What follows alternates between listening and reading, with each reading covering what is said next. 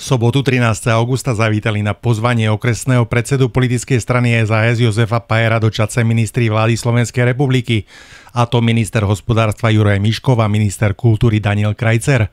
Na stretnutí sa preberali najdiskutovanejšie témy dnešných dní ako euroval, dane a mnoho ďalších tém. Strana Sloboda a Solidarita možno ako jediná z celej vládnej koalície drží slovo a to, čo sme slúbili, že jednoducho budeme zodpovedne pristupovať k peniazom našich daňových poplatníkov, našich občanov a že jednoducho nepristúpime na to, aby sa peniaze našich občanov posielali či už do Grécka alebo do iných nezodpovedne hospodáriacich krajín. V programovom vyhlásení vlády sa nikde nepíše o tom, že budeme súhlasiť s nejakým navyšovaním eurovalov, že budeme súhlasiť s nejakým vytváraním ďalších záchranných a stabilizačných mechanizmov, že budeme súhlasiť s nejakými pôžičkami. Na vláde diskutujeme a naozaj snažíme sa šetriť, snažíme sa obrátiť každé euro v ruke a teraz máme úplne nezmyselne a nezodpovedne poslať nejakých 800 miliónov do Grécka, kde jednoducho už nikto neverí tomu, že Grécko by sa z tých problémov malo vyhrabať a máme takmer nulovú záruku toho, že tie peniaze, ktoré tam pošleme, sa nám vrátia. My sme slúbili jednoducho to, že nepodporíme grécku pôžičku pred voľbami a sme momentálne jediná strana, ktorá sa tohto sľubu aj drží. A my jednoducho, napriek tomu, že ten tlak na nás je obrovský, v súčasnosti neustúpime.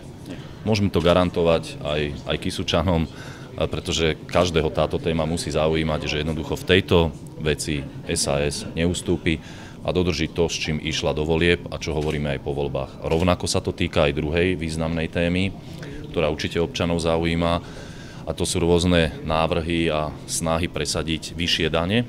My sme to povedali pred niekoľkými týždňami a môžem to aj teraz verejne zopakovať. Nepodporí SAS v tomto volebnom období žiadne vyššie dane.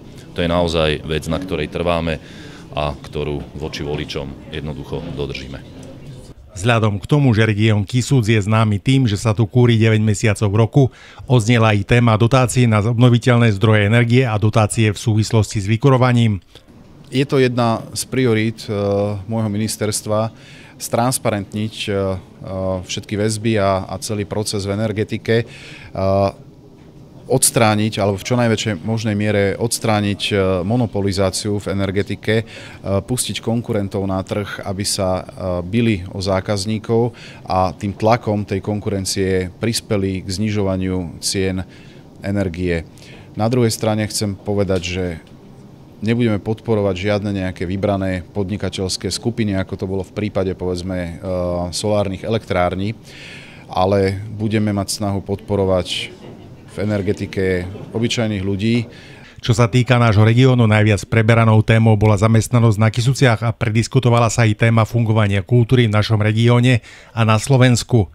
Minister Krajcer oboznámil prítomných s projektom za obnovu hradov na Slovensku z prostriedkov Európskej únie s cieľom zlepšenia podmienok pre cestovný ruch a vytvorenie nových pracovných miest. A hovoríme teraz o projekte, ktorý sme naozaj rozbehli v rámci môjho rezortu. To je obnova hradov a hradných ruín, aj s využitím nezamestnaných. To znamená, že jednak sú tu ľudia, ktorí získajú prácu, ktorí ju nemajú, a zároveň budujeme niečo, voči čomu sme sa generácie chovali naozaj macožsky, to je naše kultúrne dedičstvo, to sú naše úžasné hrady a to má samozrejme zmysel aj z hľadiska cestovného ruchu. Takže naozaj je to projekt, kde vyhráva vlastne každý.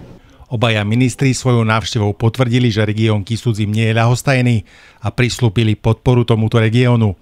Na stretnutí zišli od diskutujúcich viaceré podnetné návrhy a ministri prislúbili, že sa s nimi budú ďalej zaoberať. Odznela tu veľmi dobrá pripomienka.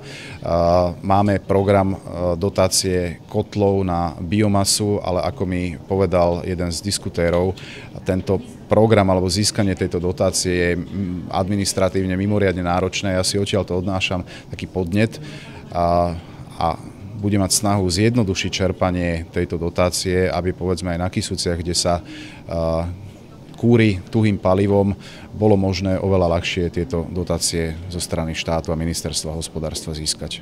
Účelom dnešného stretnutia bolo interné vnútorné stretnutie našej strany v Čadci na Kysuciach ktoré bolo spojené i s pozvaním pána primátora Redu na Beskydské slávnosti do Turzovky.